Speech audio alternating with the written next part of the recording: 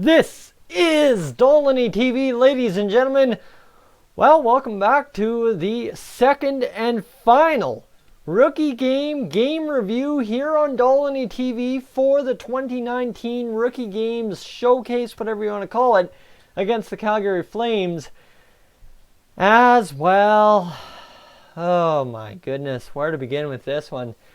This one somehow, faster paced, better, a little bit of skating and all around game structure, sure.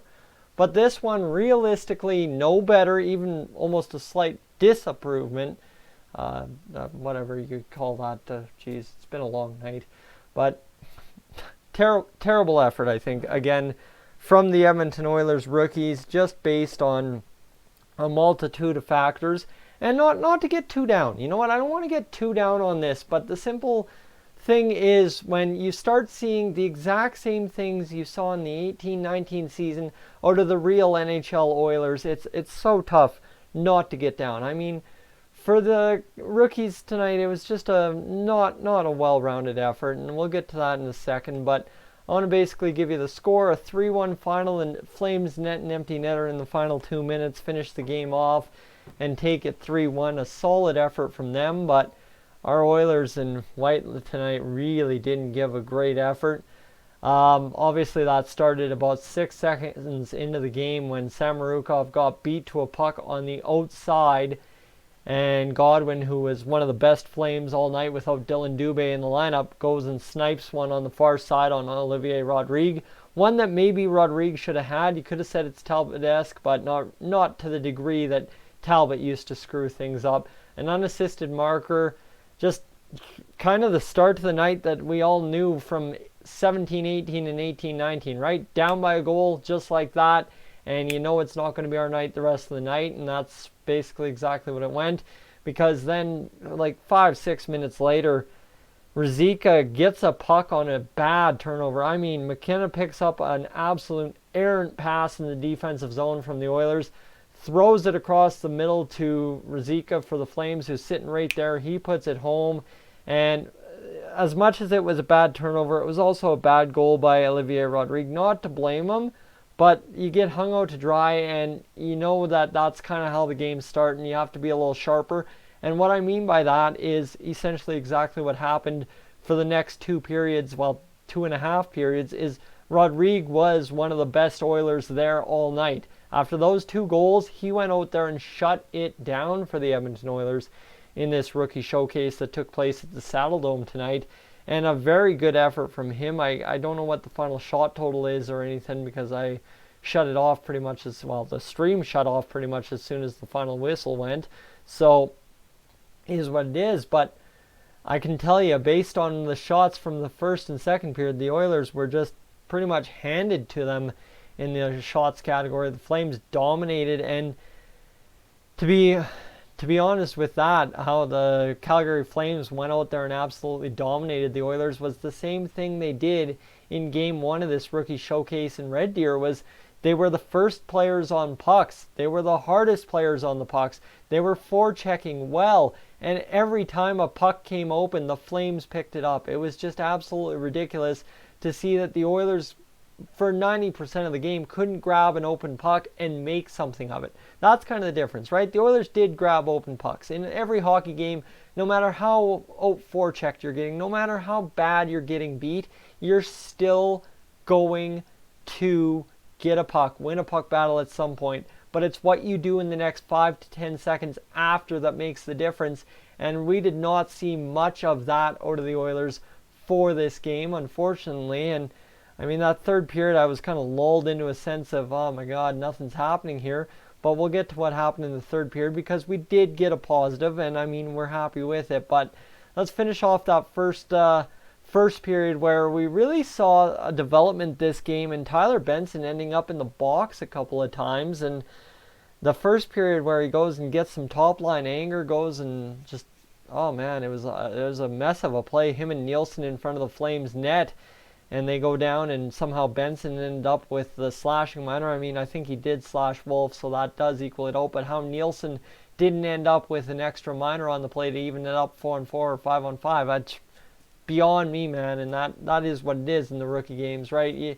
You get certain piles and you just have to start pulling players away, and that's kind of how Benson ended up in the box, I'm pretty sure.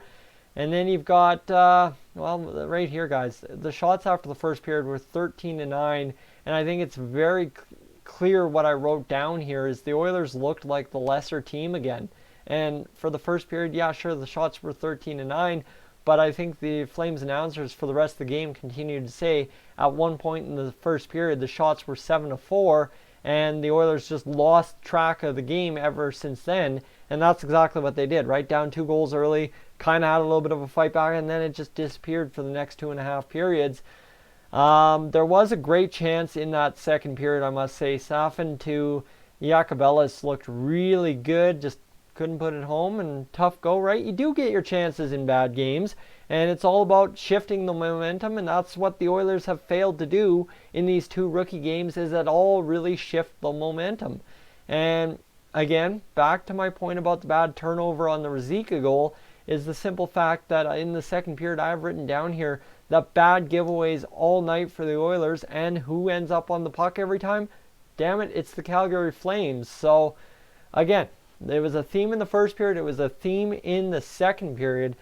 But then we get a little bit into the third period, a few minutes in, and we get a power play, and right off the face-off, what I'm forgetting to mention, let's go back to the second period for a second, because we did get a good chance out of a Bo Starrett pass that, guys, see, I can't even describe. It was a stun play, like he made an unreal play to Raphael Lavoie.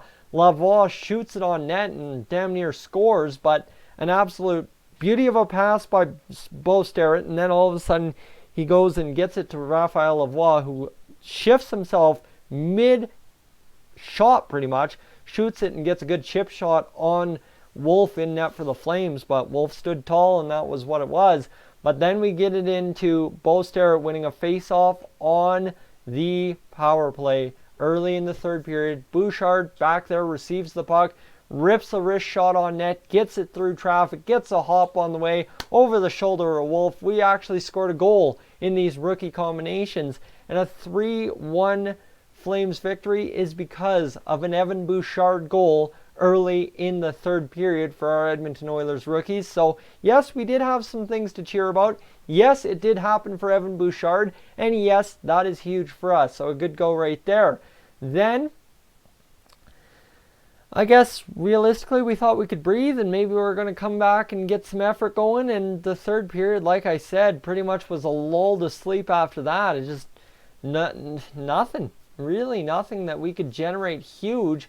The puck kind of was in the neutral for a little bit, then it was back and forth, but again, the Oilers didn't have at all in these 2 games that minute-and-a-half shift where they absolutely wore down the defensive system of the Calgary Flames rookies. They did not have that, I don't think, once in this whole rookie showcase, because while on that power play with Evan Bouchard scoring, you can't do it on the power play, and we just did not have that domination where we'd shoot the puck, go into the corner, retrieve the puck, shoot the puck, pass the puck, cycle the puck, get the puck on net, get a second chance opportunity. We did not have that at all in 2 games in this rookie showcase. And that's disappointing to a factor, and that's where my real kind of upset nature comes with this whole thing, is you'd expect a team that has Ostap Safin, Tyler Benson, you've got Cooper Marody, you've got Cameron Hebig, you've got guys up and down this lineup who were in Bakersfield at times last year. You've got Evan Bouchard, Dmitry Samorukov, Logan Day. You've got guys on the back end, Vinny Desharnais, who is supposed to come in and be a little bit exciting to watch. Really, the most exciting thing Vinny Desharnais did was be slow on the ice and get punched in the face a bunch of times, right? This was not a good showing for a lot of guys, but it wasn't so much individuals as just a collective team effort to not really show much. And disappointing to a factor, yes, but does that mean that, oh my God, the Oilers are doomed, fire up the alarms, we're failed? No, this rookie games that just kind of tries to separate who's going where and when kind of deal for the rest of the month. So if I'm going to wrap it up with a pretty bow after a 3-1 loss to the Calgary Flames, after a 1-0 loss in overtime on September 7th to the Flames in Red Deer, 4-1 outscored over the course of 121 minutes of hockey and change. Realistically, I think you've got Tyler Benson coming to camp, because honestly, the best thing I saw out of Tyler Benson all 2 games was that absolutely phenomenal board work. Then you've got Evan Bouchard coming to main camp. I'd almost 100% bet. Other than that, Bo Starrett going to get a very good look in Bakersfield. Probably going to be a very impactful player down there playing with his brother. And then Cooper Marody, I don't know what to make of Cooper Marody. He'll obviously be in NHL camp, but if he shows the way he did here in rookie camp, it's going to be a very short camp, then down to Bakersfield for him. Cameron Hebig probably going to get a day or 2 in camp and be down to Bakersfield right away. Kirill Maximov, you know what? He had some open chances. He had some open ice, and he did some good things, took some bad penalties, but we'll see him in main camp, I'd almost bet for sure, because he's going to get a very good spot on the Bakersfield Condors. Ostap Safin, again, I don't know. The rest of them up front, I'm really not sure. Raphael Lavoie is probably going back to junior. I wouldn't bother bringing him to main camp. Just get him back to junior as fast as you can. Get him back playing good hockey at a good skill level for him, and hope that it pans out this year for him, and then we can kind of reevaluate next year. On defense, Logan Day, probably back to Bakersfield. You've got Dmitry Samorukov, who I've already mentioned. The only thing I haven't mentioned is the goaltending, which was absolutely fantastic. Let's not kid ourselves. Dylan Wells, Stuart Skinner, and Olivier Rodrigue, all in my mind, absolutely impressed me. One had 0 Wells, Skinner allowed 1, and Rodrigue absolutely impressed as well with 2 goals against early, but shut it down and looked fantastic throughout the game. So guys, that's the rookie camp wrap up. I'm tired. You know what? It's been a long day. Another long Oilers game. It's going to be a long season. Hopefully a lot more to cheer for than what we've seen out of these 2 rookie games. That's the rookie game report wrap up from me. I'm Tyson, this is Dolynny TV. I will catch you in the next one.